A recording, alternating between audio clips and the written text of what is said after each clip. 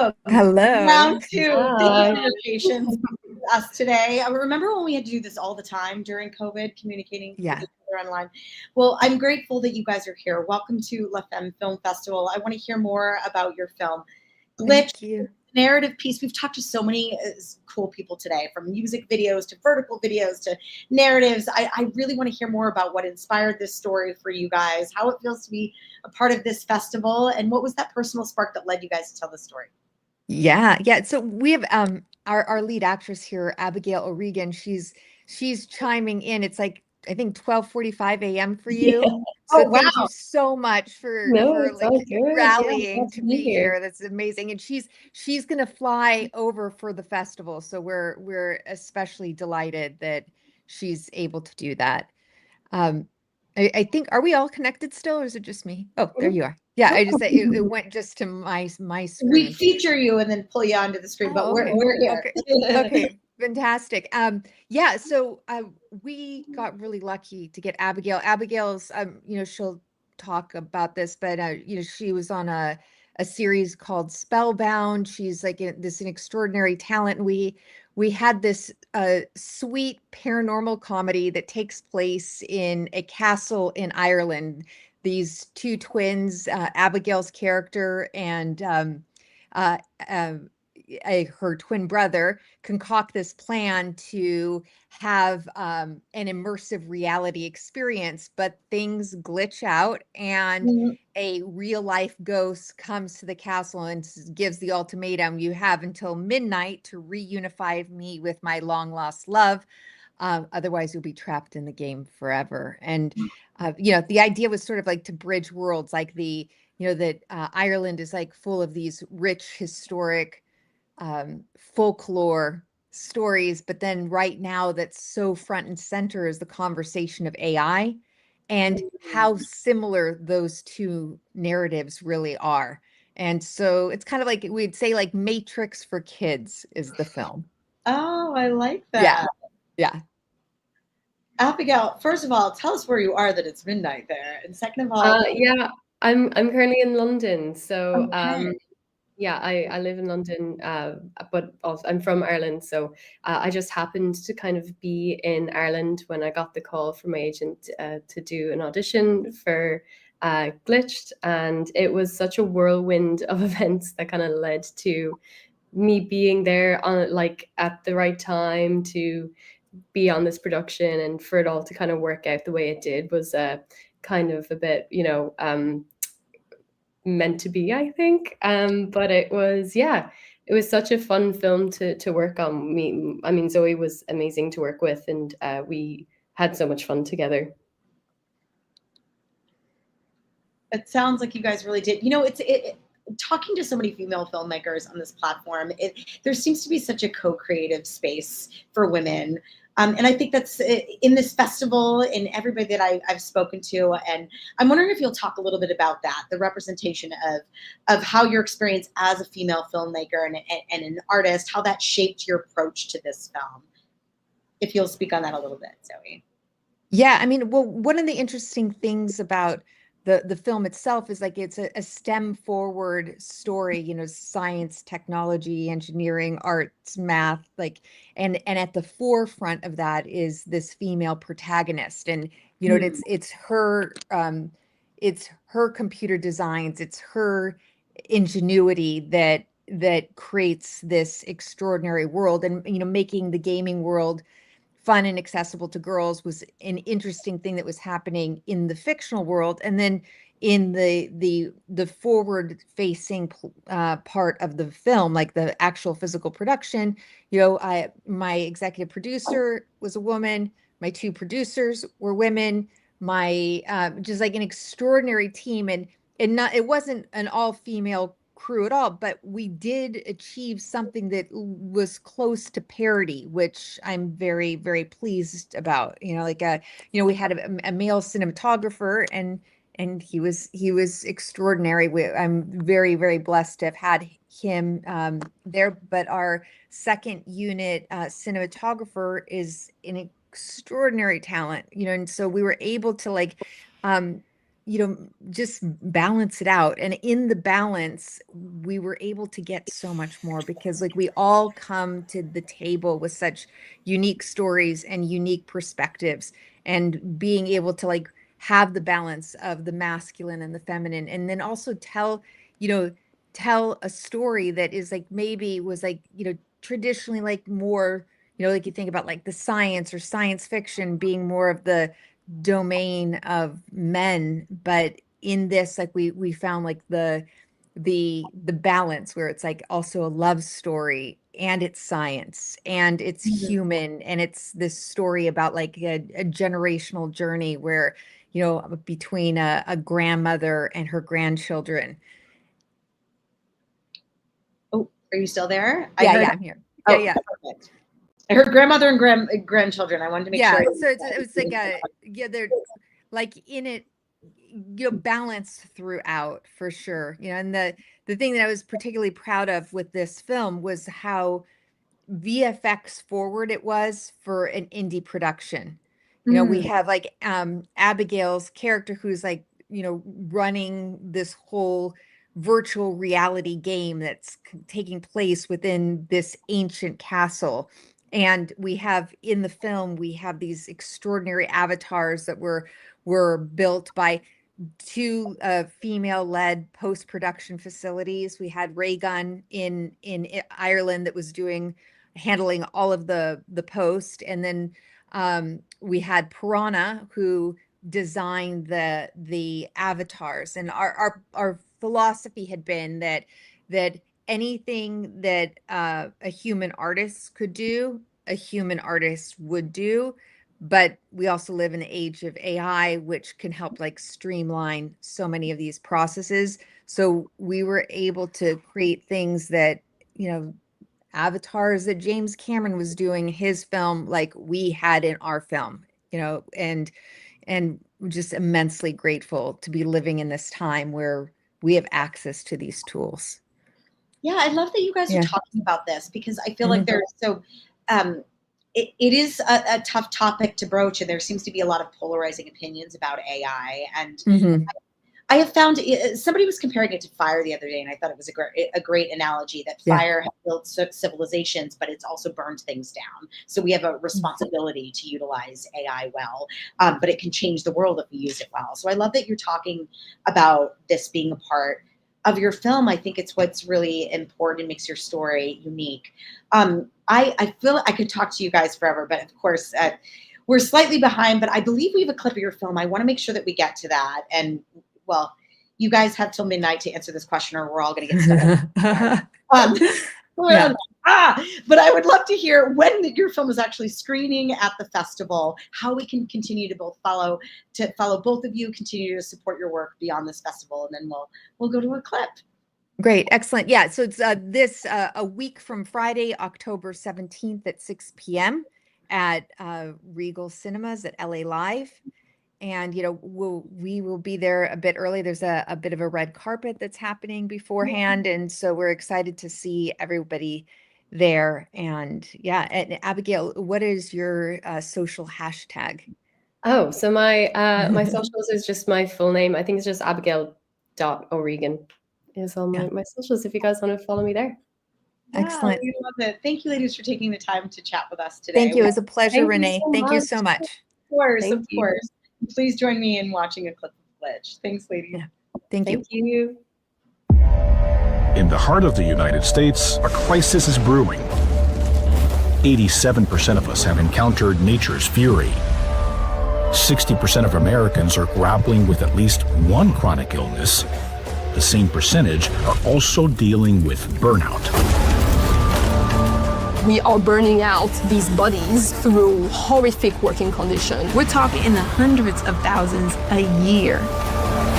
They're choosing not to have children. I don't think that we're going back to normal. What's going on? Oh, we could drop dead at any second. We're questioning everything. It's pretty much out of control. It's leading to the degradation of the planet we live on. We should probably just, take a breath and learn a bit more, right? Ready?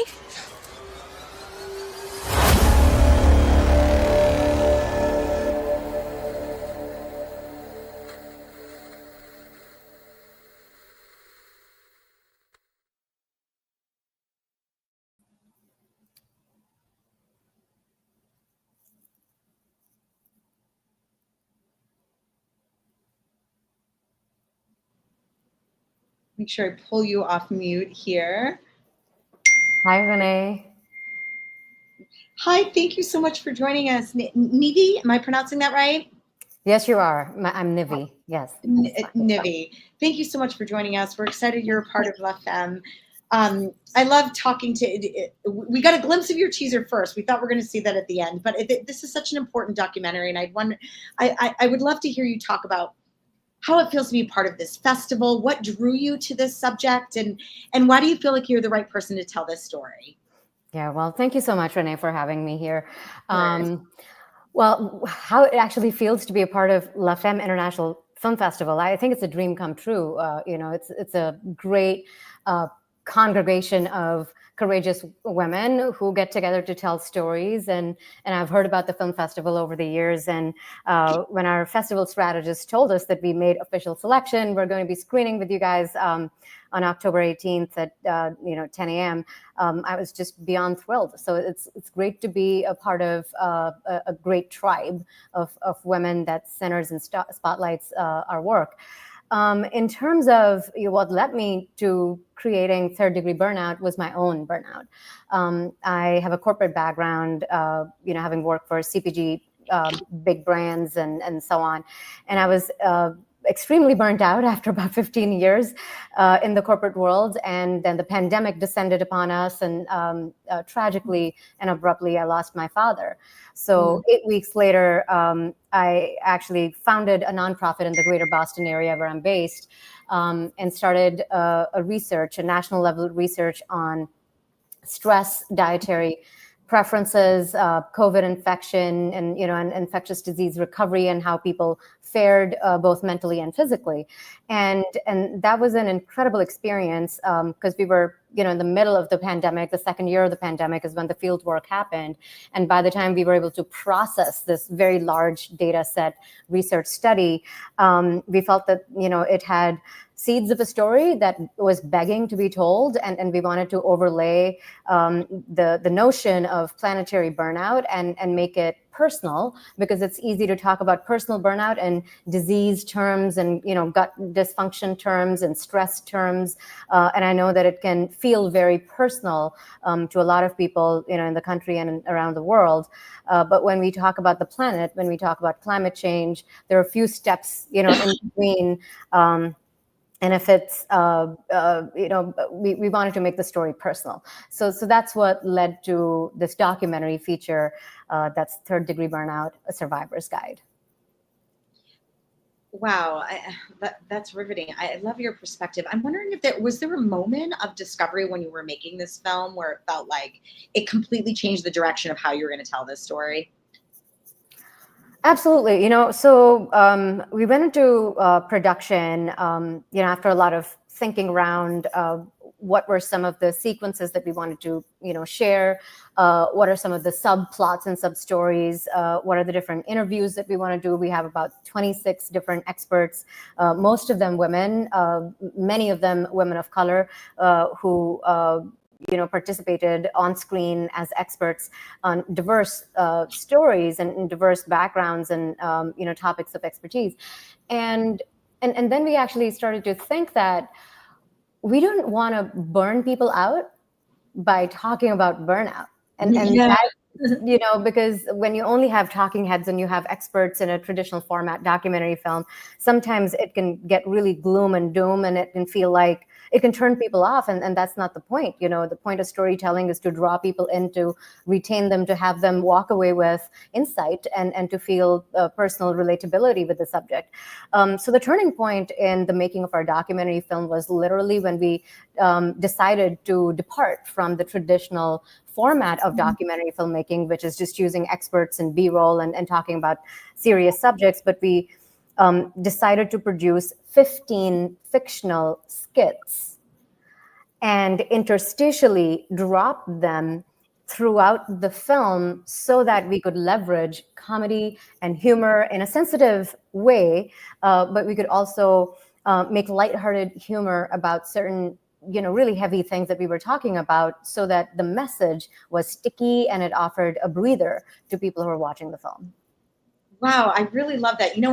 I love to ask filmmakers, like, what is that moment where it kind of clicked into place and you knew you were telling the story right? And it seems to be that moment. Like, what a creative way of kind of being open for like happy accidents on set. So I love that story. There, I'm curious. It's important you mentioned the BIPOC voice and how oftentimes those stories have been overlooked, and it's what our festival is trying to overlook these stories and allow our BIPOC stories to be the protagonists and not expository in the telling. Do you believe that you have an opportunity through documentary filmmaking to make BIPOC stories on the forefront, make them the protagonists in a story? And how do you feel like your voice as a BIPOC artist contributed to that? I know I just laid a lot on you, but I'm really curious. Well, this is a really important question, and it harks back to the core ethos and the mission of my nonprofit. In everything that we do, we want to center women or persons who identify as women, persons from marginalized communities, either ethnicities or even sexual and gender minorities. And so it was just a very natural extension when we started to think about how we want to shape and structure the narrative in the film. Who do we want to include in terms of the voices of the film? It was just a very natural progression for us to, think about people from the marginalized communities and BIPOC voices, especially BIPOC women's voices to be included in the film. And not just that, a lot of the times, and as the director of Glitch, Zoe, also mentioned, that when we think about topics from STEM, right? When we think about science, we think about math, we often, think and we have stories that portray male, persons, either on camera, behind the camera, and so on. But we wanted to, showcase voices in the form of credible expertise that were female voices. And I feel incredibly grateful that we were able to find those experts, because sometimes in the talent supply chain of who's looking for whom, even word of mouth, there are just so many males who would speak up in the room on behalf of their, male colleagues and coworkers, and not necessarily recommend a woman. And I feel that, we did our search, and I absolutely feel grateful for all the women who came forward. And also the other thing was, we didn't only want these women experts as experts, right? You don't just want them to fill in chairs and talk about their areas of specialty. Of course, you want them to do that, but we also wanted to humanize our experts. So, many of them, we asked them in our, in-depth interviews. Each of them was interviewed for almost an hour and a half, 2 hours. So we got lots and lots of, footage, but we wanted to ask them about their own personal burnout story. And many of them came forward. And I feel that a lot of the times when women have an option and an opportunity to talk about their stories, their personal lived experience of burnout, it just lends so much credibility, so much more humanity to the ideas and the narratives that we're trying to showcase through film. I absolutely love that. I could talk to you forever, but I want to make sure that we continue to support your film at the actual festival. And since we already saw your teaser, I'm going to piggyback with one last question, because I'm dying to know. If you could give one piece of advice to emerging women in film, what would it be? Don't seek permission. And because a lot of times women just wait, and we raise our hands and we're waiting to be offered permission to start talking and so on. Just speak up. And if there is a story that's brewing inside of you, it's important for you to speak up, because who knows, it might create a voice of inspiration, might offer a face to somebody else who might be going through exactly that, the same thing. And we know that since the pandemic, women, millennials, Gen Z, the entire generation, but specifically women, they're completely burnt out. We have so much data around that, so much research around that. So my message to emerging women filmmakers is, don't seek permission. Don't wait to be asked to come forward and talk about your ideas. Just do it anyway. I love that. Don't seek permission. Well, when can we see your film at our festival?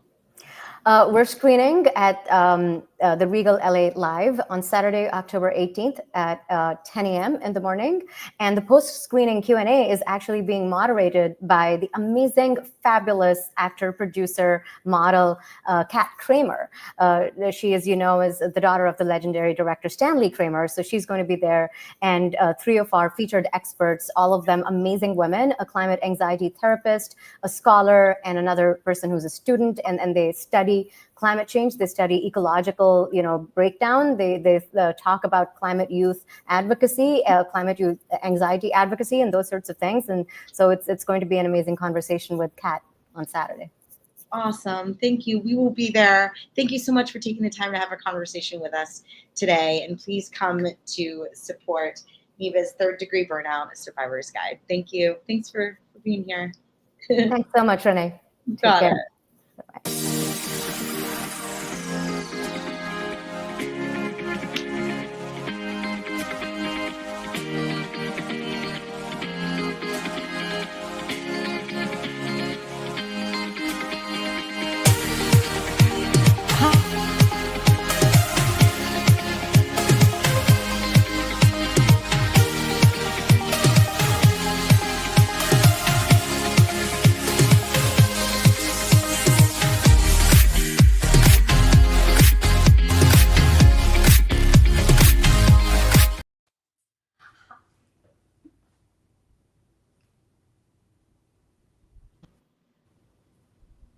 Hi, Lori. Thank you for joining. Am I saying that right? Is it Laurie or Lori? The Bostonian you must know. Lori. Lori. Awesome. Yes. Thank you so much for joining us. I'm sorry? How are you? I'm good. Thank you for asking. I appreciate it. So this is the amazing thing about co-creating with other women. I feel like only a woman would ask me that instead of enough about me. What are you here? So I appreciate You've been doing this all day, so I'm sure. I'm doing well. I'm excited to talk to you because we have, for our festival, we have this in script format. So I'm curious to talk to you about creating this narrative piece. But rumor has it we do have a little bit of a teaser clip, so you'll have to tell us about that and make sure that we squeeze that in at the end. Absolutely. Yes. So I'm here. I'm so excited to be part of this festival. I am a creator that has always been in support of women creators. I have multiple worldwide platforms that support and mentor women in any facility of art that they want to dream of being a part of. And so Murder of the Wolf is it's my pilot screenplay. It is women-led psychological horror TV, and it's for the series All We Need. And I do have a trailer, which is actually the short film that I created last year called Vespertine, which is currently at festivals and really was a way for me to establish as a director-writer the world, characters, and themes of this series. And the series revolves around four long-lost friends who 20 years after a harrowing life-changing desert survival experience reunite to exact supernatural revenge on the men who have wronged them using a mysterious flower called the Vespertine, which grants them the power to control nature itself. Wow. That is so think like Yellow Jackets meets Nine Perfect Strangers with the ballistic energy of I May Destroy You. Oh, I love that. I'm wrapping my brain around that. That concept sounds amazing to me. I'm curious if you'll talk to us a little bit. Okay. I'm sorry, a little bit of a delay. Can you see me? Oh, there you are. Yep. My computer. Okay. So long. I can't believe we did this for 2 years during COVID. Right. And I haven't upgraded my computer since then. No, I'm curious if you'll talk to us a little bit about the emotional anchor for you to tell this story. So really, it's about my own personal journey. I was a very young self-help advocate early on in my 20s, and read every self-help book known to man to really just dive deep into women, generational injustices for women, generational trauma that's been transferred, and just really wanted to tap into the spiritual realm, and just kind of the, otherworldly, supernatural like environment that I kept kind of having, feeling that I was attached to in my dreams, and being visited by, I guess I would say. So I got on this journey of doing Wiccan journeys, which is really a Wiccan journey to tap into the natural environment of nature, and then the supernatural realm that we have amongst us, and that exists outside of like kind of the like day-to-day life we live in. So this is a story that traverses two timelines, and it really is about like four women come together. They're really bonded in sisterhood, but they want to tap into something different to like really relieve themselves of like the day-to-day trauma that they're dealing with. And also on the flip side, coming from, late 40s life, just wanting to hold like the darkness that we think is so terrible in a different kind of way, and to really see it as a power within ourselves. It's, not really the monster inside, but it's actually like a propeller of something beautiful and something magical within us. And the more that we get in tune with ourselves and our friendships and have our sisterhood elevate us, the more that we can see a little bit more of this magic that is surrounding us, that nature provides us so beautifully. And so it's about the series that all we need is truly the simplicity of our own self-discovery, our own awakening, our sisterhood, and like just nature in its pure form. Oh God, I love the way that your testimonial, and especially speaking to the voices of like women over 45, and as myself being in that category, it's so nice to see that we're starting more and more to become protagonists in our own story and be less expository. And as our industry evolves, there's so many things changing, from us creating our own content to AI to having visibility over 45. Well, we're trying, but I'm wondering if you'll speak a little bit about where you see the biggest opportunities right now for female filmmakers. For female filmmakers? Filmmakers, yeah.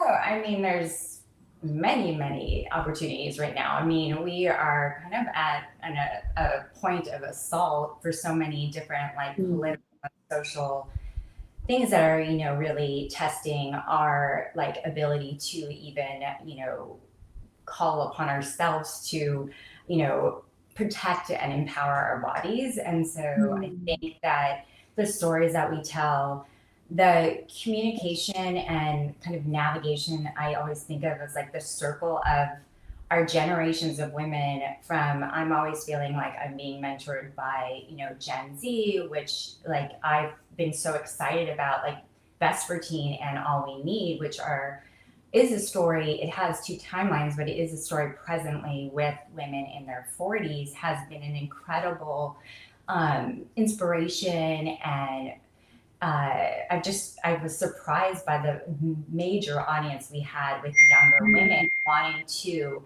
touch into these points of interest that are really about, women just putting forth the work, and, so that like when you get to an age like myself, you don't have any regrets, or you can see yourself, and hug yourself and feel good about, like, there's no shame in like all the things that like life propels on you and you have to kind of get through. It's really just the cycle of life. It's just really how, why we've been put on earth to do, this is the work that we are led to do. So I think it's as filmmakers, as voices of women propelling other women filmmakers, we just need to share and communicate and constantly be in touch with each other, so that we're telling honest stories that mean something. And that can also like really,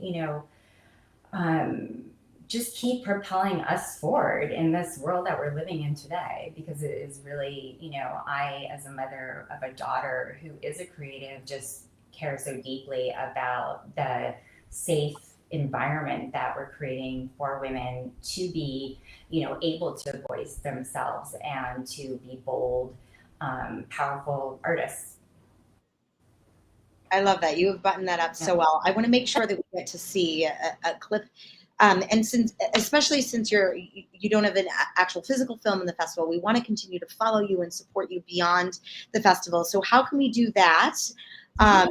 And you'll leave us upon your exit with one little piece of advice for emerging women. Well, you can definitely find me at my name, Instagram, Lori Levenfeld, or Vespertine Film is on Instagram as well. I have a bunch of other projects coming up that are going to be women-led and with a horror undertone, so it's a lot of fun. So definitely follow me. And then my advice is just, community. We have an incredible community that we developed for Vespertine and for all of these films called Village Queens. And it's really just a format. We get together in LA, we can get together online, but just really to propel each other forward to, anytime that you have a chance to mentor anyone, any age, it's important at any stage of their career because, I just make the time, call people, whatever it is, just give them 5 minutes of your time because it can really help people, especially in this industry and the climate that we are with all these just kind of that pivots and craziness that we're going through. We just got to do it together. So I just try to be there for everyone. And I've seen that happen with me. I've just been so surprised at the people that, get off the text and just call me in the middle of a series that they're filming, So Yes. I love that. Such great advice. I mean, my conduit to working in this industry was mentorship. So I love that was your pearl of wisdom to leave us with. So segue us into a clip here of what we're about to see. Okay, so Vespertine is basically this supernatural world that these 4 wonderful ensemble characters live in. It's the same themes as Murder of the Wolf and All We Need. So it'll give you the style. I came from a cinematography background, my directing choices, and just the world that I love to create. There's a lot of fashion in it too. Oh, I love it. Thank you, Laurie. We'll make sure that we follow you on Instagram too. Thank you. Thanks for this.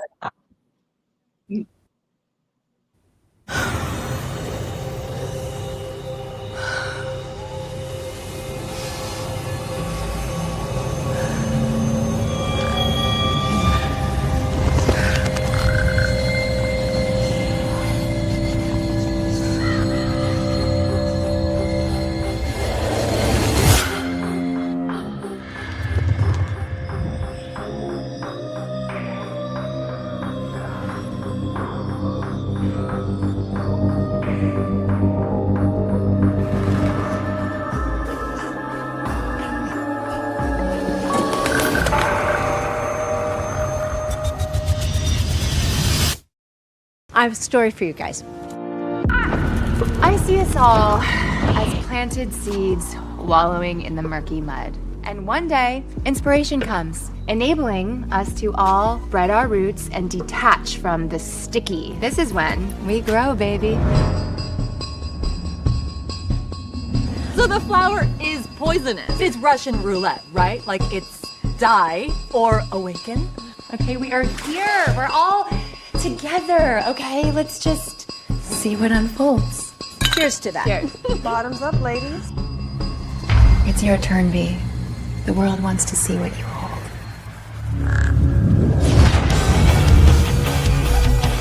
So anyway, the story's gonna get weirder now, right?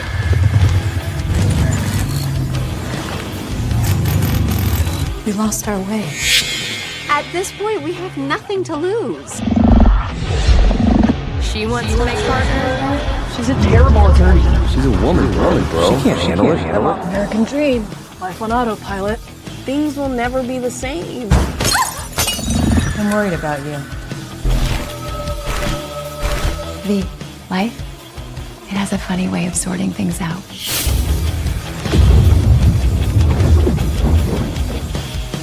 I have been looking for this little lady my entire life, and trust me, the Vespertine is exactly what we need.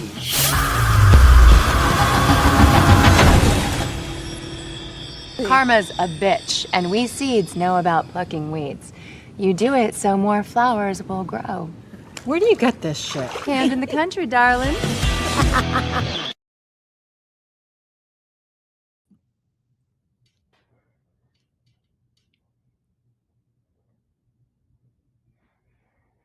Hello.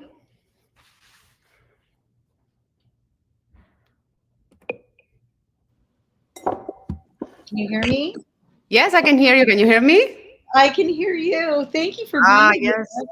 I'm Of excited course. to talk to you about your film.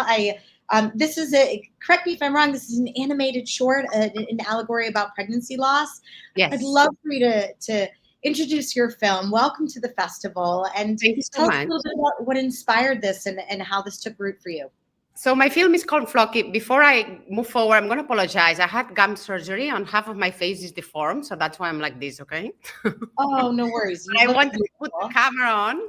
So I decided that it was better to speak with my face in. So I'm like, okay, let's put my hands on. So Flocky. Flocky is the title of my film.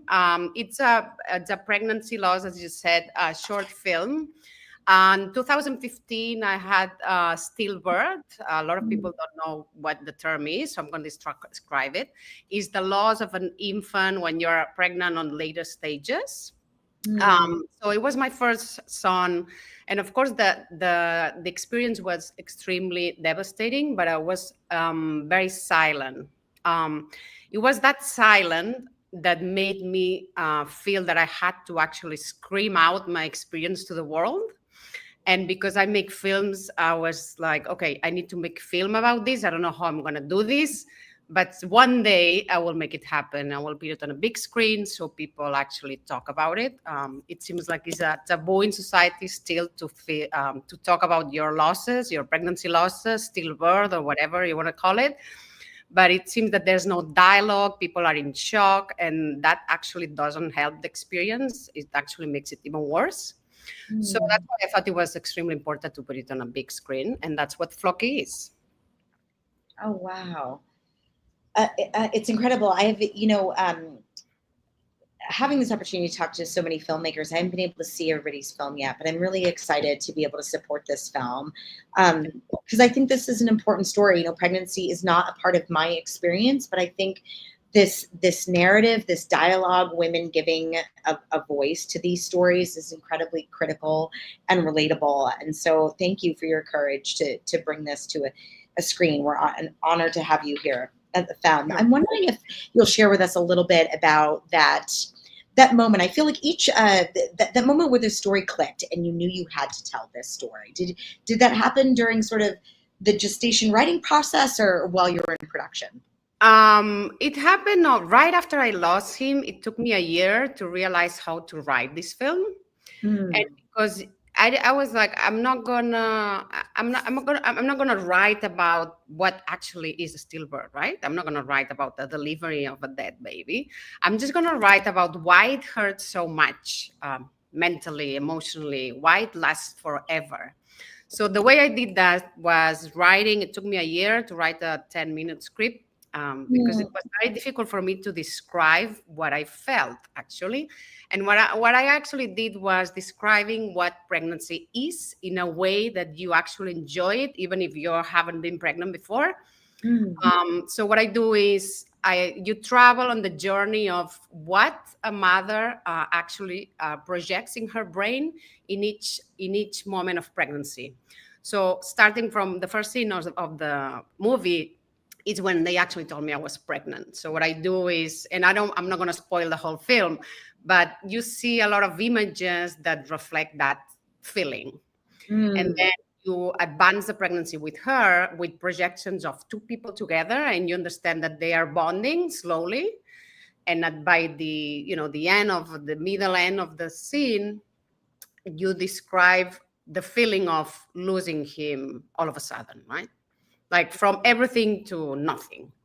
So the way I wrote this was focusing on this silent dialogue, because there's no dialogue, made on purpose, because you don't actually talk to your baby. The music speaks for them, but I focus on this bonding and how strong it is and how difficult it is when it disappears, right? It actually doesn't disappear. It lasts forever. That's why it's so hard when that person is gone, even if nobody has seen it, but you feel it. And that's when you understand what conditional love means. So that's what I think the movie is doing. And I don't say a thing. I think it's actually doing that, because even people that haven't been pregnant before and men have come to me after the film saying, I understand now what this journey means for you, for women, right? Yeah, I I really think love that. it's appropriate that this is at La Femme Film Festival also. Absolutely. La Femme obviously it celebrates women's voices, and I'm wondering how your experience as a female filmmaker really has shaped your approach to this film. It actually, I realized that you really have to screaming out. You really have to tell your real truth, and you really have to dig in and make people make yourself heard, right? Because if I didn't make this film, a lot of things would have not happened with my experience, and a lot of people will not even know I went through this experience that actually changed my life, right? And for example, with this 10-minute little film, I went to Congress to advocate for a law to prevent stillbirth.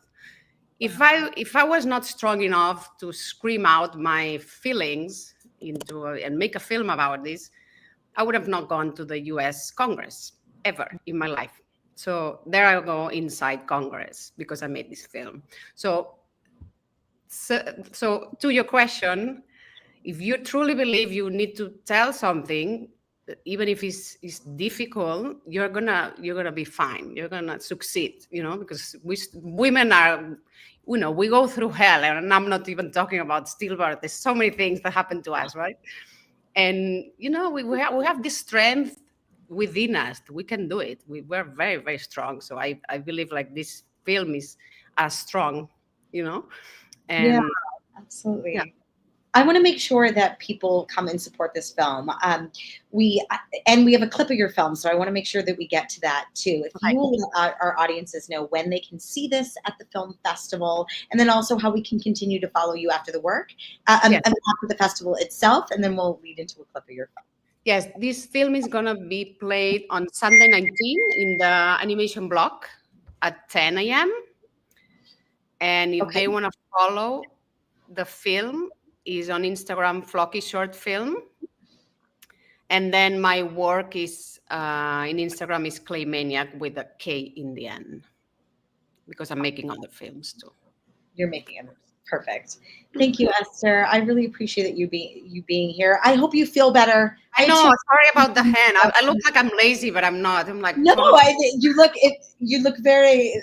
I can't even laugh. Like that, I'm fine. Feel better, though. It's like the most awkward interview ever, but it's at least we made it happen. I think you did great, and we're excited to support your film. Thank you so much. Film gets a bunch of accolades, you'll be like, I didn't even remember it. I know it's gonna be remembered forever. Well, thank you so much for being here, and join me in supporting a clip here. Thank you so much for inviting me, Renee. Awesome. All right. Bye. I know.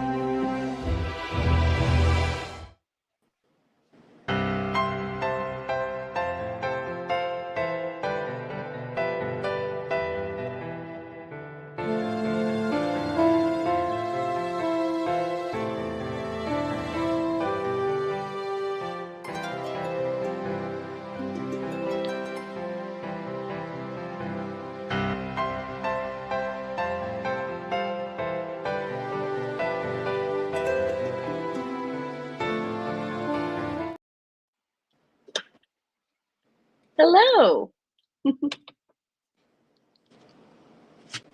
Hi, Michaela. Good to see you.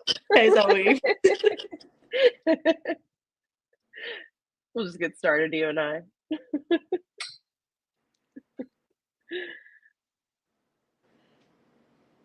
I'm still muted.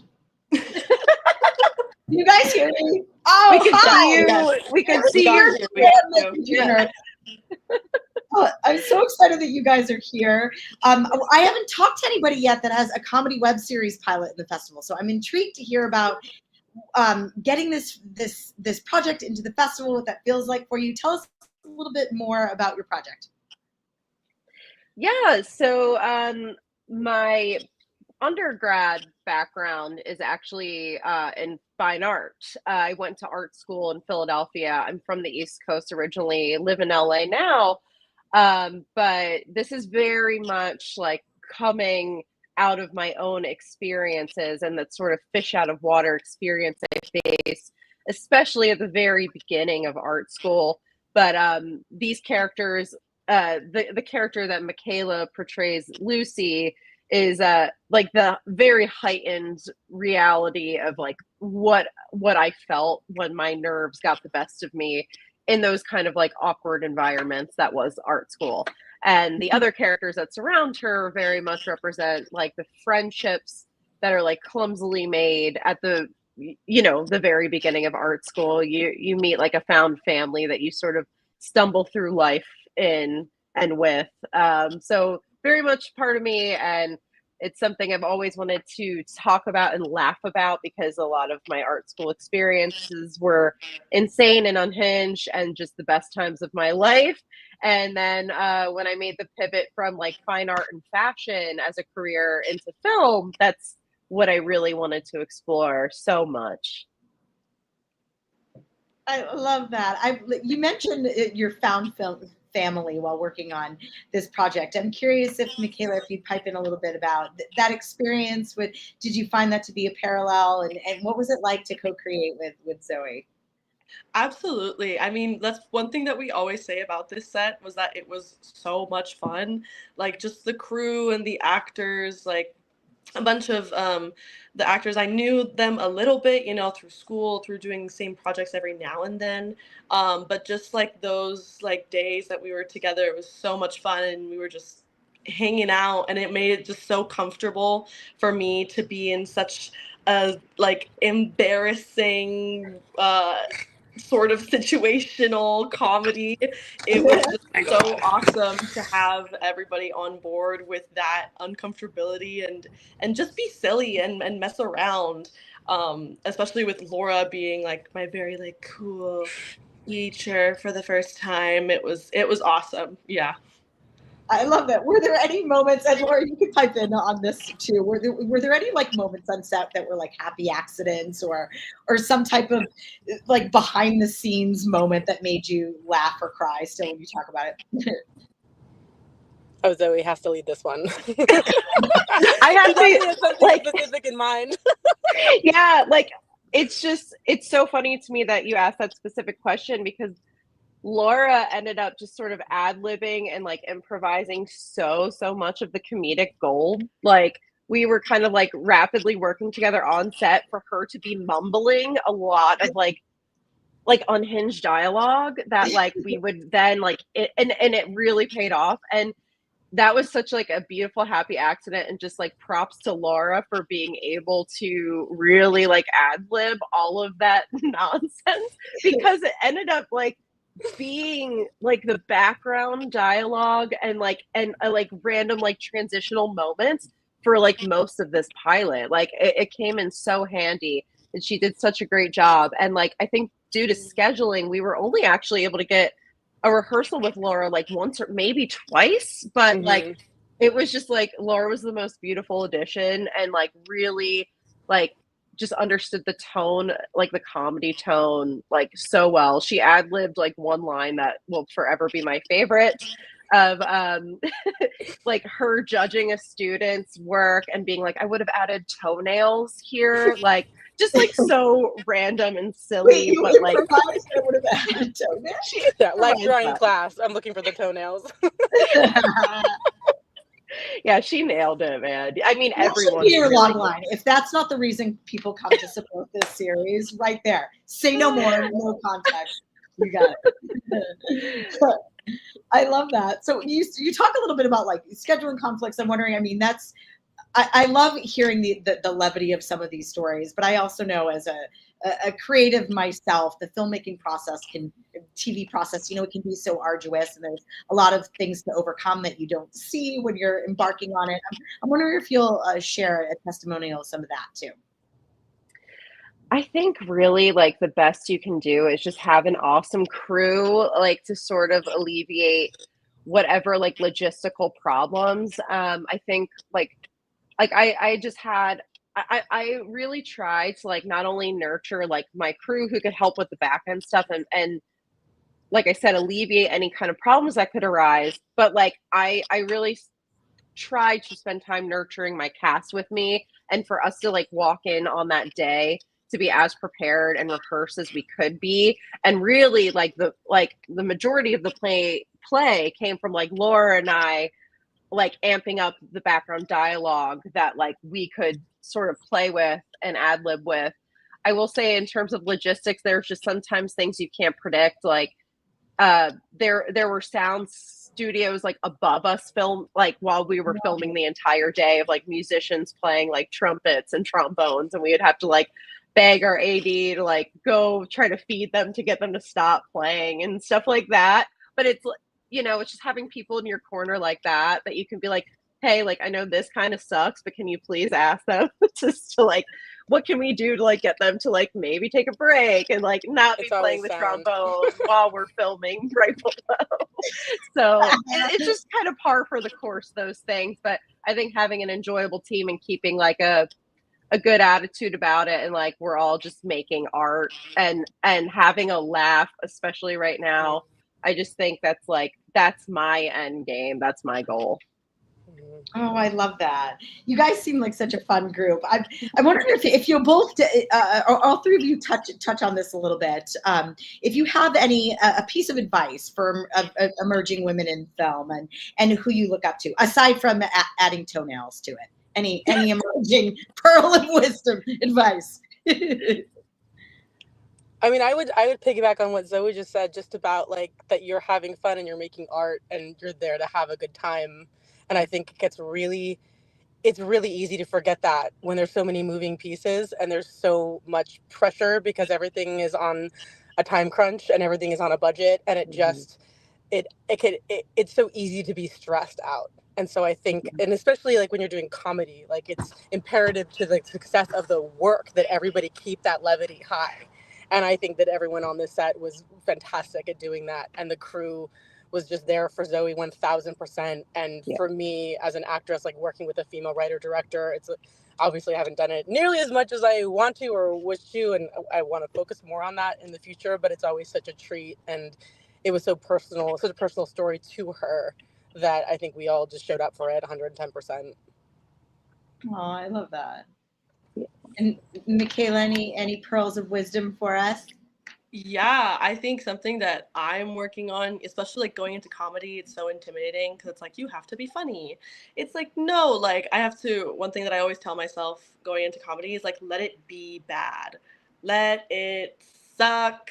My goodness, it's okay to be messy, because then, I am in such great hands with Zoe, for example, and just like letting them mold you as an actor and things like that. Just let it be messy, let it be bad, and then you can fix it later. You can work on it. But that's my advice. I love that. I love that.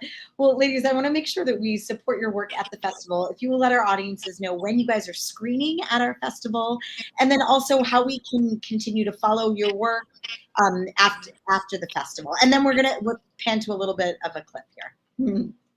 Awesome. Yeah, we are going to be screening at the Regal Cinemas LA Live at the 10 a.m. block on Friday, October 17th.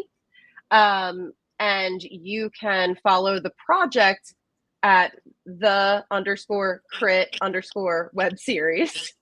And then I believe we all have a handle. Mine is Zoe L. Hudson, if you guys want to shout out your handles as well. Follow the crit __ blah, blah, blah. You'll find me there. You'll find everybody there. That's true. Everybody's tagged there.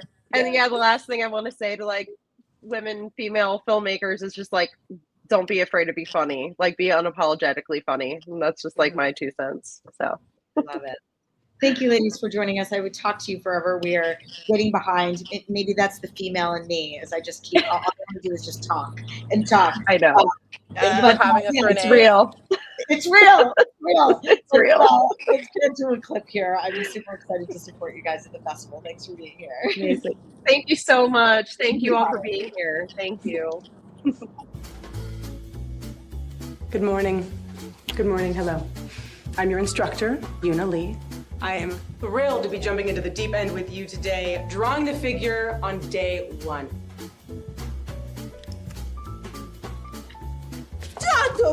Oh, God.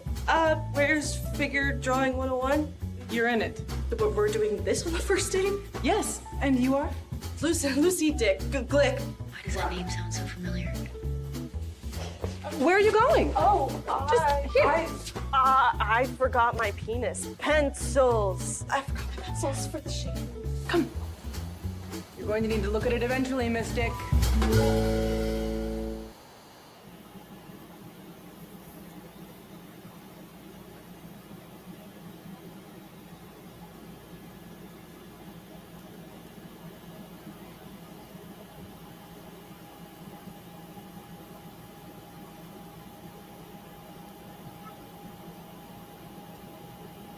Hey there, Annie. Can you hear me? Yes, I can hear you. How are you, Renee? Hi, welcome. Thank you for hanging tight in our backstage. I'm excited to talk to you about your is this music video or film? I wanted to get clarity Music on video.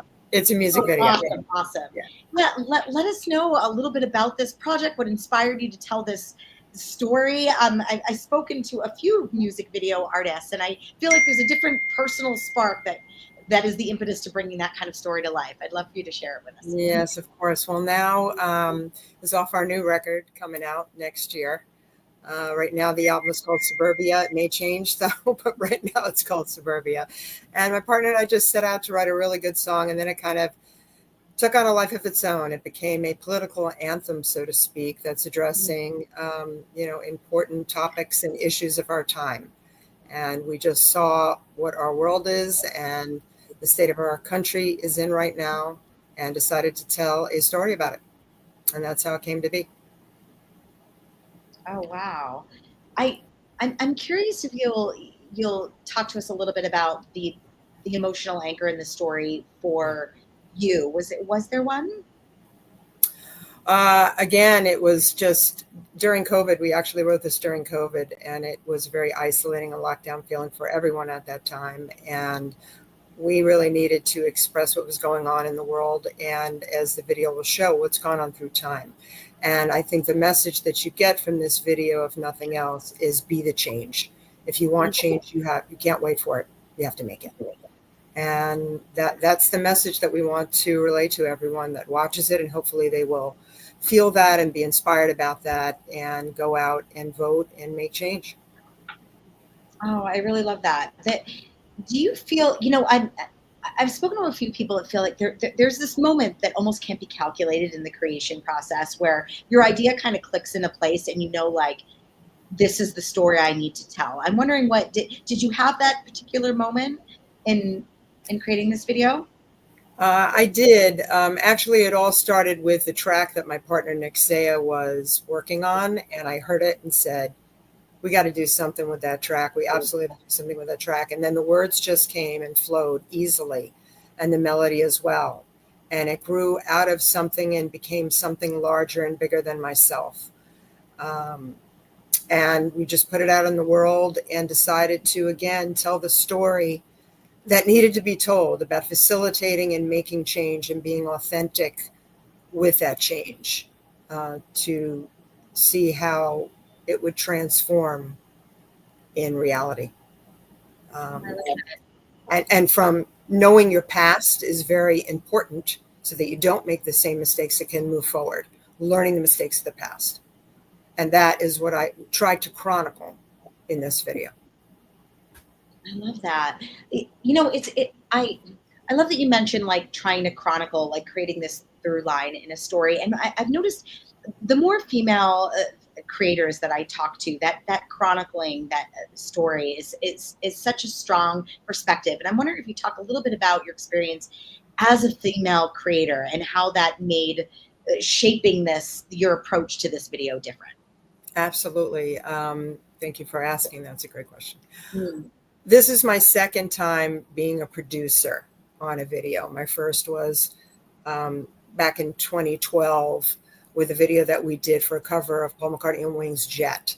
And I learned so much on that film video, which was a short film, actually, working on that with the director, Dev Milburn, and being in that role of producer, my first time being a female producer, the same thing on this video as well. I wasn't directing it, but I was telling a story and producing it and realizing my vision. And that's always present to me, whether I'm working on a music video like this or whether it's myself being a female artist, especially in the rock world, because I'm a rock singer, and it's, there's not that many of us out there that are still doing that kind of a genre nowadays, especially with the music that is out right now. So that's very precious to me, and being authentic and being a voice that's heard and a female voice and being in control of your own destiny is important.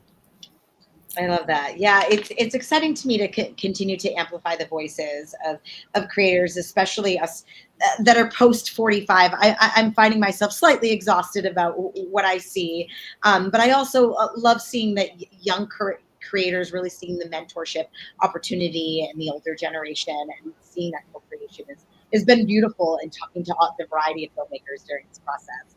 I'm wondering if you have this conversation for me with, you mentioned you are a rock singer yourself, and I'm wondering what's next for you after this festival, after the. Well, we're actually thinking about re-releasing now for the upcoming midterms next year, which will give it a whole new life. So I'm really excited about that, releasing the new record and hopefully getting to Europe in order to promote all of this stuff that we're doing right now. That's our main goal. I love that. And I love that you say it out loud. I'm a big promoter of affirming it, letting the universe take it from you. Yes. I support you. Let's get this to Europe. Thank you, Annie, so much for joining us. How can we see your video at the festival? Because we don't have a clip of it here. I want to make sure we get butts in the seat to see you at the festival itself. Yeah, unfortunately, I didn't have a trailer. So I did upload the video, but unfortunately, we don't have a trailer. But I believe it's going to be shown on October 19th, which is Sunday in the afternoon around 2. Okay. And if not, then if people can't get out to see that, you can see it on my website at annieminogueband.com. It is there for all to see, and on YouTube as well. And Annie Minogue Band 1 on Instagram. Thank you, Annie, for joining us. Thank you. For supporting you at the festival. Thanks so much. You Take care. You too.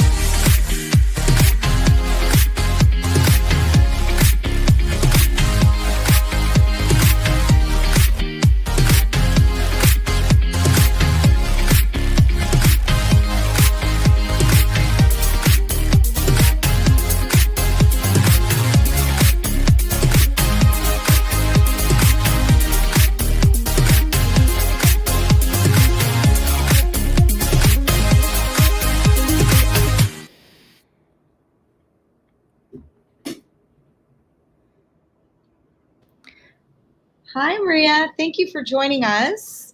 Hi, Renee. Thank you so much for having me. Very excited to be here. I'm excited to have you as well. I'm so curious to talk to you about your film. I have had the blessing and privilege of talking to so many filmmakers during this process. And yesterday I spoke with a woman who is a Ukrainian refugee in Poland. And I'm curious, your film mentions that refugee status of the Ukrainian experience. Please educate us about your film and what was your purpose to tell this story, and clarify that message for us.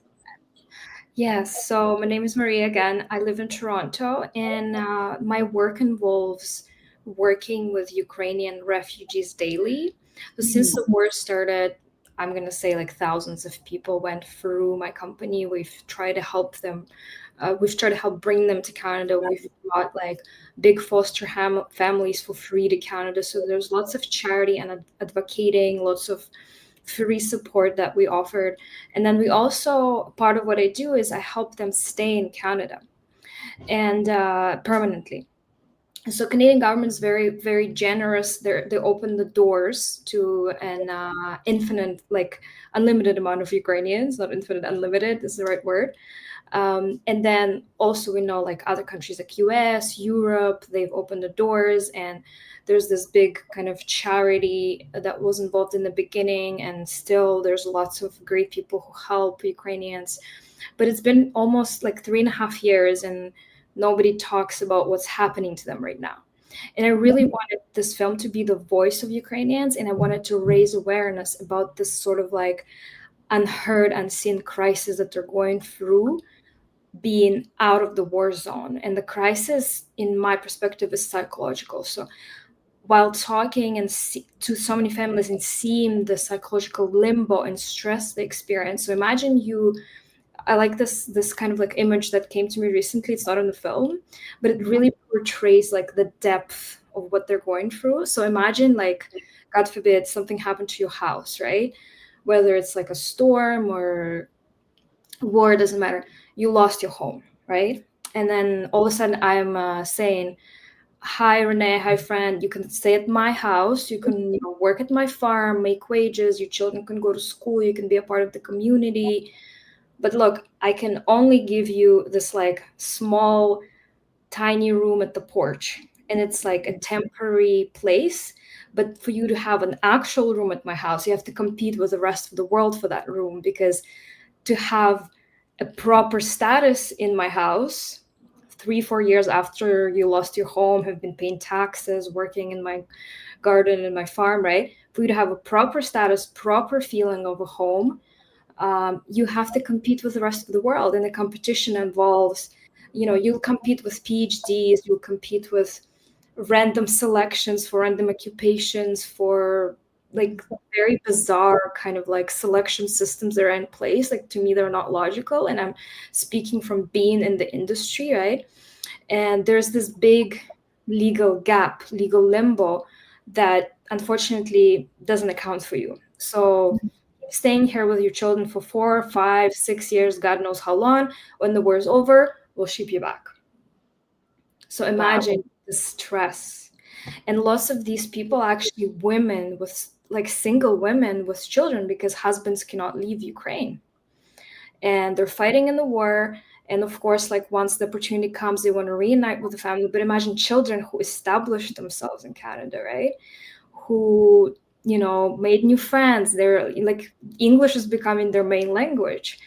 And the reason why I created this film is I was just, psychologically, it was so hard for me to hold it all inside, because I could see like nobody sees that. Because Canadians actually think Ukrainians have refugee status, like they're here permanently, like nobody even understands. And then when I spoke to politicians, policymakers, they're like, there's lots of options for them to, obtain permanent resident status. But the reality was 2022, 2023, there were options.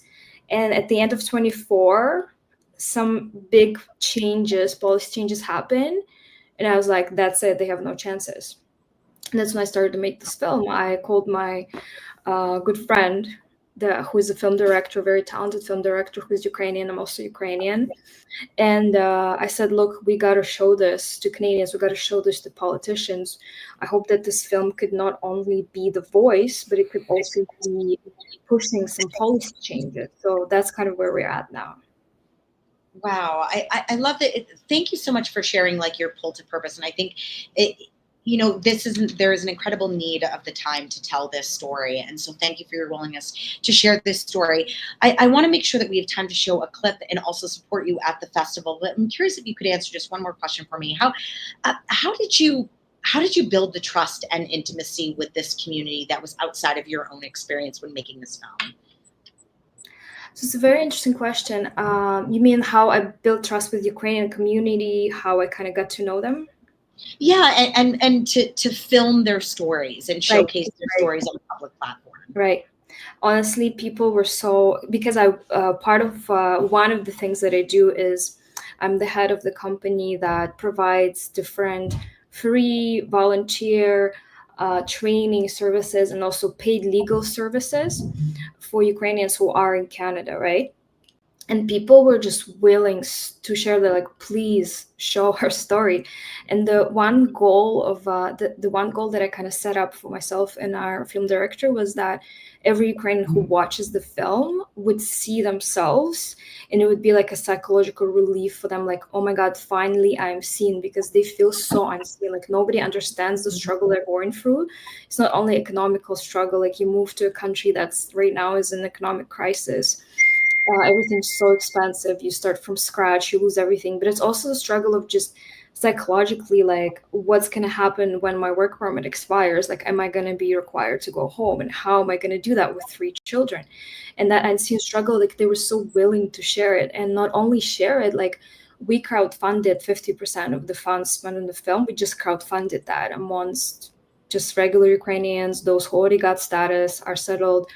Like, it was just amazing. And in 60 days, I was just like, wow, like amazed that we just opened an Instagram account.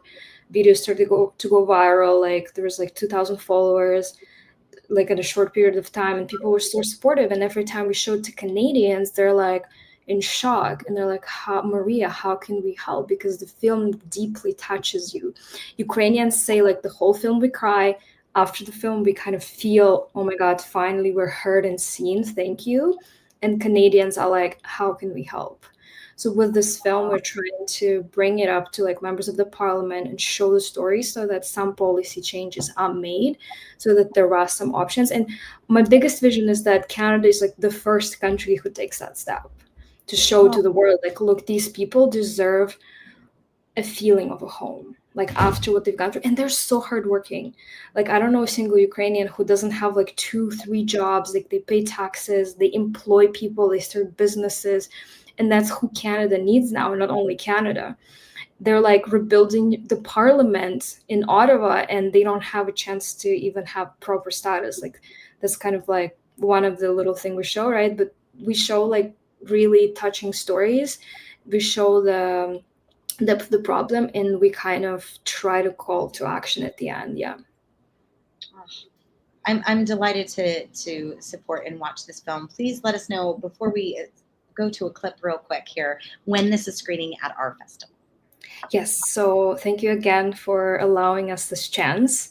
And our screening is on October 19th, Sunday at 12 p.m. We are coming from Canada. I'm coming in my 3rd trimester of pregnancy. I'm coming to LA.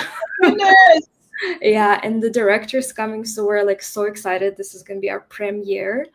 The film is amazing. It's touching. It's a docudrama, so it has a lot of elements of not just like, you know, people talking, but it has elements of feature film, and it's very touching. So I'll be honored if more of you guys come. If you support us, you can support us. I know you're gonna ask. I might as well jump in. We need lots of support. Like this is just the beginning of the movement. We need so much more to be able to spread the word and create policy change, because it's tough. You understand, it's politics. But we already have MPs who are backing us up, who are like, look, let's look at it. We got to do something, but it's tough. So we need to support. Follow us on Not Refugees. The Instagram is @NotRefugees. Same, notrefugees.com. We're still continuing to crowdfund. So you're welcome to support us in any way, by spreading the word, by sharing what the message is about, sharing the trailer. And we're really hopeful, like after this film festival, we're hopeful to apply for some Canadian platforms, perhaps Amazon, right? So that more Canadians see it, because they want to see it. They're like, we need people like Ukrainians in Canada, because the country needs them. And like everybody's in shock, like why there's nothing for them created for them to stay. Yeah. Wow, thank you, Maria. I'm excited to support you, and thank you for sharing your Instagram too. I'm going to see if I can rally some people to continue to contribute to your campaign. Thank you. I really appreciate it. Yeah, you're an absolute delight. Your work is so important. Thank you for being here. And please join me in witnessing a beautiful clip of this docudrama, Not Refugees. Thank you so much. Ніхто з нас ніколи не думав, що нам це прийдеться зробити, що така біда буде в нашій державі. I cannot handle this anymore. It's too much for me.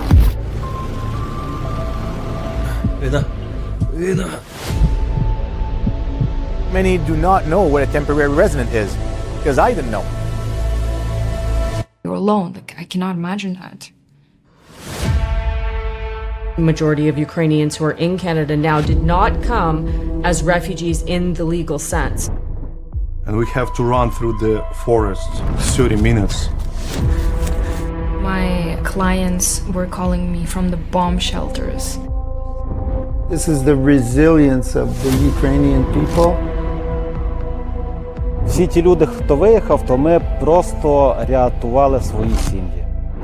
They crying for him. Daddy, daddy, daddy. It's very difficult for me for now.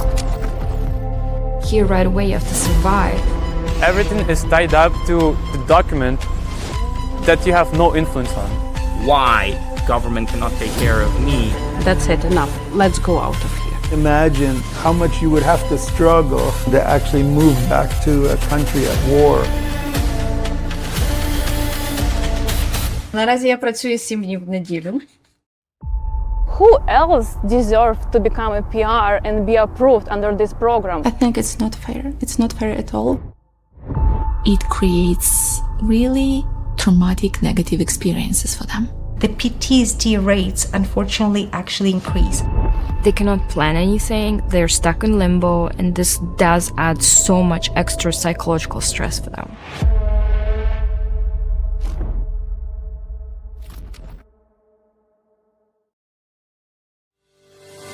You know, in the beginning, all films were short. It's not a charity. We're not here to help you. We're not here to help your cause. We're there to make our money make money. It probably takes a year to 2 years to really start seeing money. That title of executive producer on a feature is not the same as the title of executive producer on a television show. Because what you're seeing on television right now is history in terms of where decisions are being made today. Don't give yourself a bad review before you start. I'm sorry, I'm super awesome, and this is my pitch. What are recommendations for packaging? Getting to the right person at the right time, and you have the right piece of the package that they want to see. And be able to adjust, because the plan will never execute exactly as you plan it. If you set aside money for social media, for a publicist, for marketing, things like that, and really you don't have to sit behind those dollars, and you can have more control of your own release. You can't go wrong. Like, as for me, I knew that my episode was either going to be awesome or fine. Like, that's the risk you take.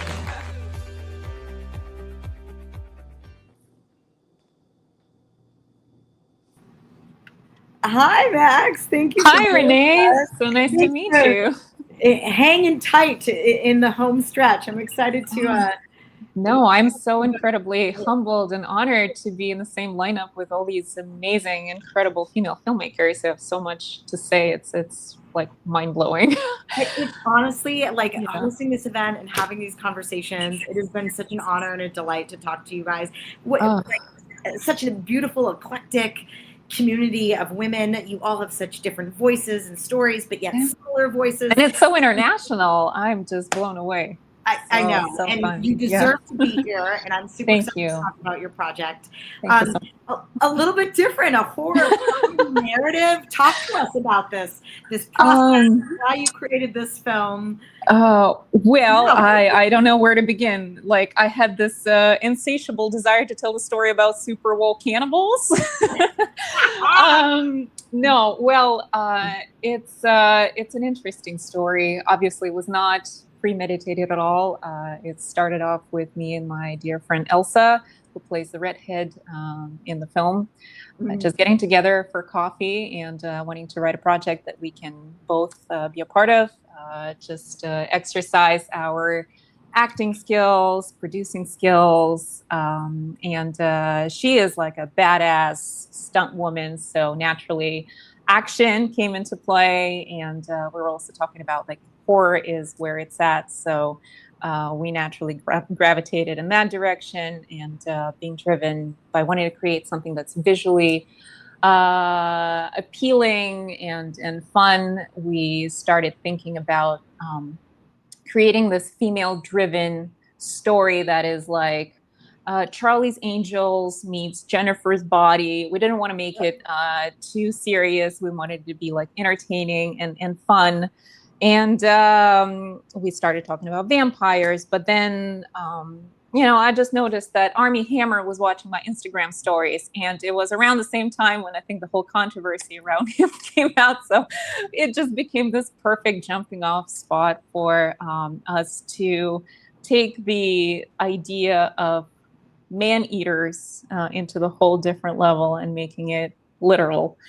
So yeah. I love the double entendre of the film, and I love that you speak a little bit about the genre, and it's a really interesting, compelling genre for me, because in some of the dialogues I've had, I realize that these female-driven stories, where especially these horror comedy narratives, you don't necessarily need to be a star for people to want to watch and support these films. It's unique to this genre, and so I love that for you to hop on that is brilliant, by the way, especially because we get defined by celebrity, which is entirely unnecessary, and people who are not celebrities deserve to be protagonists in their own stories.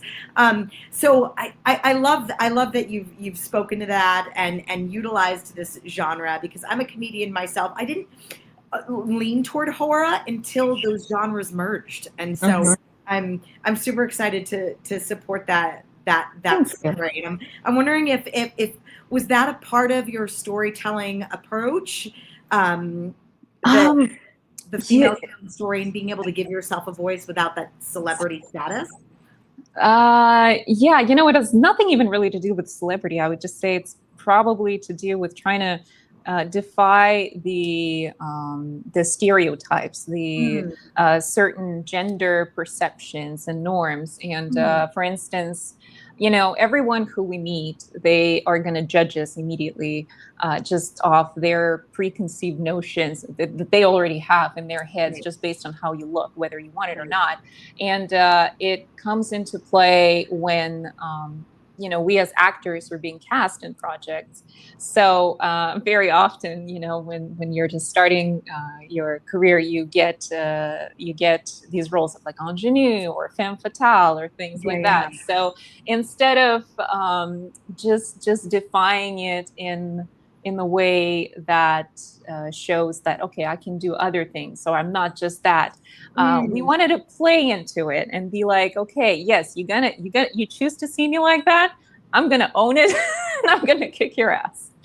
So yeah, I love it, and that's such the beautiful part of incorporating comedy, because that's the reversal, right? Like if you can't use something against our experience if you embrace the fact that we acknowledge that's how we're seen, right? In my experience, I'm a woman over 45, and this whole notion that we're invisible, it's like I very much play to that imagery, and I'm creating a story right now where a woman literally disappears and becomes not physically visible anymore, and what that parallel is. And I think there's something about giving a literal meaning to a more conceptual metaphor that is an important voice to have right now. So I'm excited. We're running a little bit behind, and I want to make sure that people support you on the festival, and we also have a clip, and I want to make sure that we get to that. So if you will let our audiences know when you're actually screening at the festival, and then also how can we continue to support you, Max, beyond this festival? How can we follow you?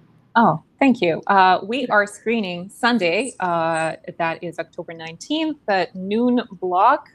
Dinner is served. You can find it on Instagram as dismovie, DIS_movie.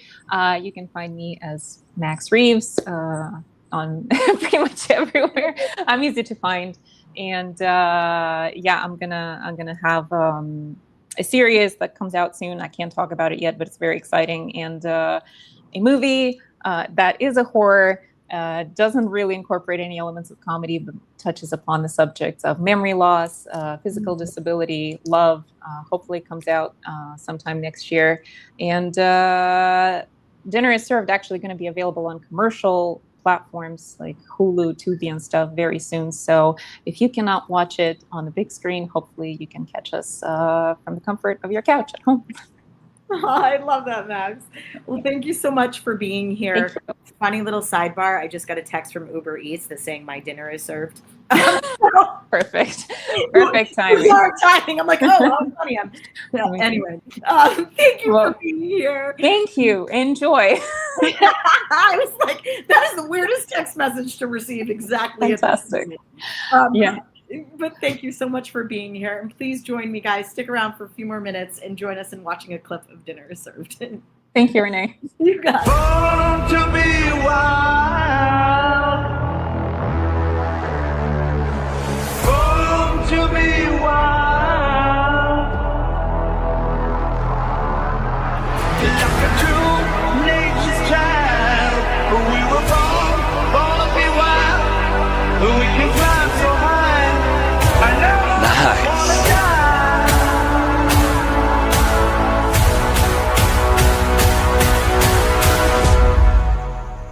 That'll be fun. Born to be wild.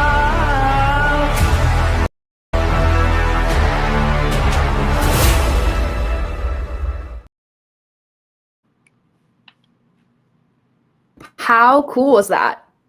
How cool is that? And thank you for being here to support fellow filmmakers too. I love seeing other people in the queue that are there, riveted, supporting other artists. So yeah, I'm excited to see it. Thank you for being here, Hannah. You're our headliner. You're closing us out for the interviews. I love it. Thank you so much for having me. This is awesome, and just getting to hear everyone else's interviews has been so cool. Yeah, I'd love for you to tell us a little bit about this experience, what it feels like to be a part of this festival and this community. Tell us about your film. Okay. Reporting live from my childhood bedroom. Being part of this festival is a dream come true.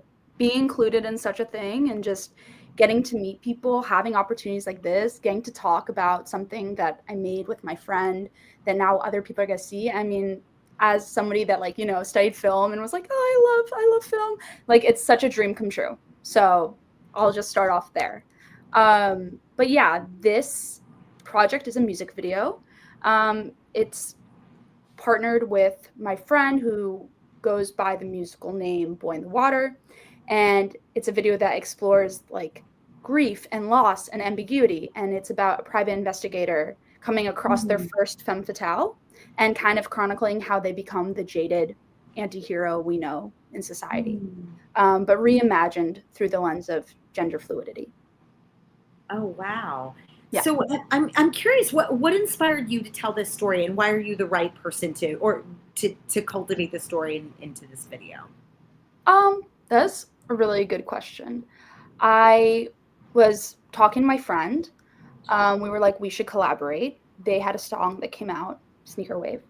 And, it goes into people not always being who you wish they were, not who you want them to be, not who you expect them to be, and how we're not always who we want to be or expect to be. So they were like, I really want to make a visual where I'm mysterious but vulnerable. And that really made me think about film noir. I was like, yeah, there's such the archetype of being, mysterious and vulnerable as the private investigator. And then we thought, the dreamy style of their music coupled with the dreamy style of film noir would be really cool. And then also it kind of champions trans visibility, because it's like trans people have always been here and they'll always be here. And so reimagining this really traditional masculine archetype through gender fluidity highlights that. And then, am I the right person to tell the story? I'm not sure, but for me, it was about allyship and supporting my friend and, listening, learning, uplifting trans voices, and just lending myself to the cause. Yeah, I love that you share that. I'm currently writing a story too. One of my best friends is trans. I'm not trans myself. And how do we elevate that experience? Where is our space to tell this story? And, I asked myself these questions too. And recently I worked with a filmmaker. I'm Latina, who is not Latina, and was telling about a Latina experience. And I thought, this is part of our shared experience. And I think if we can navigate this space with somebody who's living that experience, I think that that collaboration is such a beautiful opportunity. And I always say that, and this is probably not originally for me, but I always say that trans people are the butterflies of humanity. And I think it's such a cool a cool metaphor. And so I love that you're giving a voice to this story. And as a female filmmaker, do you feel like coming to a festival like this and having a story that is addressing these non-binary issues, I wonder how that plays out in your contribution to sharing this story and how you're submitting this project? Yeah, that's a really good question. I think for me as a female filmmaker, I tend to be more collaborative than other filmmakers I've worked with. I'm really curious about other people's experiences and opinions, and I'm really open to actually getting like all of the keys of every department's expertise and input. And I really do believe in the synergy of the collaboration makes it better, you know, and being just the leader of that collaboration. So I think that's how I see myself in this project. And that's how I see being a female filmmaker influencing the project. I love that. If you, we have to button this up and I could talk to you forever, but I really want to know, like, is there a call to action with this project, do you feel? Or if there were a call of action, what would it be? That's a really good question. I think the call to action, from my opinion, is like keep an open mind. Just look, listen. If you're curious, maybe read a book by a trans author or Google it or like just anything. Just try. And I think that it's important to be an ally and like being open-minded to maybe not always doing it perfectly, but continuing to show up and working through your own, you know, discomfort through not being perfect. And I think more people just need to know that's like, just try. Yeah. I love that, Hannah. Thank you so much for being with us. Please let us know when this is screening at the festival so we can make sure to be there to support you. And then also how we can continue to follow you after this festival. Yeah, absolutely. Okay, so I will start with saying that it is screening the 2 p.m. to 4 p.m. block on Saturday, October 18th.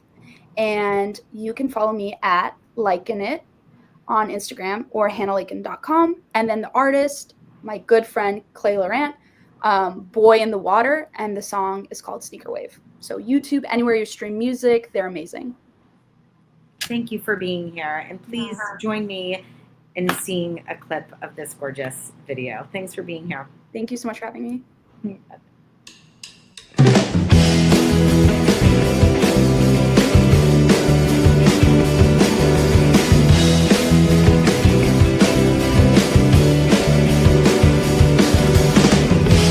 I've been on the road, I've been digging holes, running far away as I can go, I suppose. Turn my back and then came a sneaker wave, put a rapid end to fatter days.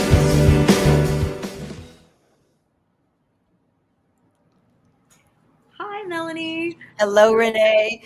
Thank you for being here. I spoke too soon, and our last artist, I thought she was the last person, but I'm so glad that I got the opportunity to talk to you. I saw you on the list, but I didn't see, I saw your film on the list, but not a human being attached to it. So I'm glad you're the human being attached to it. Thank you, and forgive the Frankenstein appearance. I had a little procedure done the other day, and wear your sunscreen, okay? So you don't have to have this. Anyway, I love it. You know, thank you so much for being here. I'm so glad to have you. And I think I'm grateful that you showed up exactly the way that you are, because I think that's part of what our festival is, trying to elevate us showing up as women just the way that we are. Battered as we might be. Battered as we might be. There's an inadvertent filter in StreamYard that I didn't implement. And I'm like, I didn't even need the filter. So please tell us a little bit about your film, your feature screenplay. I would love for you to tell us a little bit about what inspired this story and what was the personal spark that led you to bringing all of this to life. Thank you. Well, I am hoping to see it as a feature film sometime very soon, but I am here today because a couple of years ago, I was walking in the streets of Paris, which is a city I adore, and I saw a plaque on the wall of an old building that said Olympe de Gouges lived here. Olympe de Gouges, it turns out, was this raging, scandalous feminist in revolutionary France, advocating for equal rights for women at a time when women had no societal or civil rights at all. They couldn't vote. They couldn't own property alone. They didn't even own the rights to their own intellectual property. Their husbands owned it. And if their husbands didn't want them to publish, they didn't get to publish. So in response to the Marquis de Lafayette's publication of the Declaration of the Rights of Man, which is the basis for our own Constitution, she wrote the Declaration of the Rights of the Woman. And in it, she foresaw all of the civil rights that we take for granted today: voting, owning property, rights to marital property in the event of divorce. She was remarkable. She was badass. She was ahead of her time, and she pissed off the wrong people. And shortly after Marie Antoinette, she followed her to the guillotine for her right. But she was great. Most of all, she advocated for a woman's voice. She said, women have the right to mount the scaffold. They should be able to have the right to mount the speaker's platform. In other words, you can execute us, you might as well let us speak. And in our current weird times, I am reminded of one important thing she said, which was that there is no public liberty without freedom of speech. It is our sweetest heritage. And I want to bring her speech to the screen. I want people to be made aware of who she was. Thank you so much for speaking on that and elevating this story, because it's what's heart-wrenching in so many ways is that you speak of her being led to the guillotine after Maria Antoinette, and I'm thinking, even just outside my lifetime by a few years in this country, it wasn't until 1975 that we could even get a mortgage or a credit card. Or a credit card. That's right. Fact that this is happening now, and our stories are still so muted all these years later, and that's part of what we're trying to do here at La Femme is elevate these stories. And so I love that you're cultivating this story and making sure that her story doesn't die with her death, right? Disappear into history. It shouldn't, because it's everything that she advocated for, abolition of slavery. It's so relevant today that I think not only should we hear what she had to say, she had this kick-ass story. I mean, it was very exciting. It was visual, it was dynamic, it was dramatic. She was a flawed character, but she had this abiding belief that what she was advocating for was what humanity needed. And she didn't shut up about it, and so they cut off her head for it. Wow. It's incredible. We're so grateful that you're at the festival. We've gone over, but I want to make sure that we make sure that you are not lost in the trenches at the end of our interview process. Please let us know where we can support you at the actual festival, how we can continue to follow your work beyond this festival.